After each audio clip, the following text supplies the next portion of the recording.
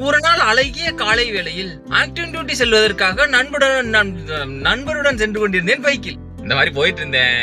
போகும் வழியெல்லாம் ஒரே இயற்கை அதிசயங்கள், பிரமிப்புகள் மனதை ஆட்கொண்டது. ஒரே பச்சை பச்சைன்னு நல்லா இருந்துச்சு பாக்க. அப்பொழுது அவனது மாமாவின் தென்னந்தோப்பில் தான் கவனித்தேன். எவ்வளவு ஒரு நேர்த்தியான ஒரு வட்டம், அதில் ஒரு கட்டம் காடு கிரியேட் ஆடு இருந்த வேர்ல்டு வித் சோலார் பேனல்ல சோலார் யூனிவர்ஸ்.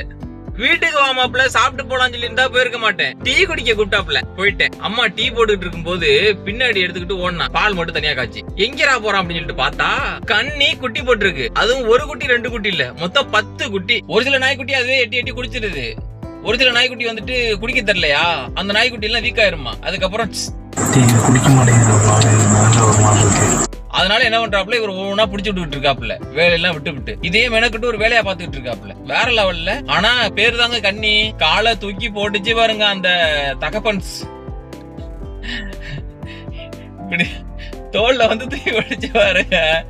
அத்தாடி, அது குலைக்கலாம் வேண்டியது இல்ல. இப்படி எட்டி பார்த்தா அது வந்துட்டு நல்லா ஜிஜாண்டிக்கா இருக்கு. நமக்கு இடுப்புக்கு மேல இருக்கு அது உயரம்.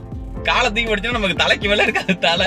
அடியா அப்பா. கண்ணு முடிக்கிறதுக்கு 13 நாள் ஆகுமா. அதே மாதிரி அதுக்கு ஏதாவது நான்வெஜ் கொடுக்காம வெறும் வெஜ்ஜா இல்லன்னா ரொம்ப கம்மியா வந்துட்டு லோ கலோரிஸ் ஃபுட் கொடுத்து வளர்த்தீங்கன்னா, மொத்தம் நான்வெஜ் கொடுத்து வளர்க்கணும் போல இருக்கு. குறைஞ்சது 2 முட்டையாவது கொடுத்துடணும் போல இருக்கு. அப்படி கொடுக்காம வளர்த்தீங்கன்னா கை கால் வளர்ச்சிக்கிறமா சொறி வந்துருமா நாய்க்குட்டி.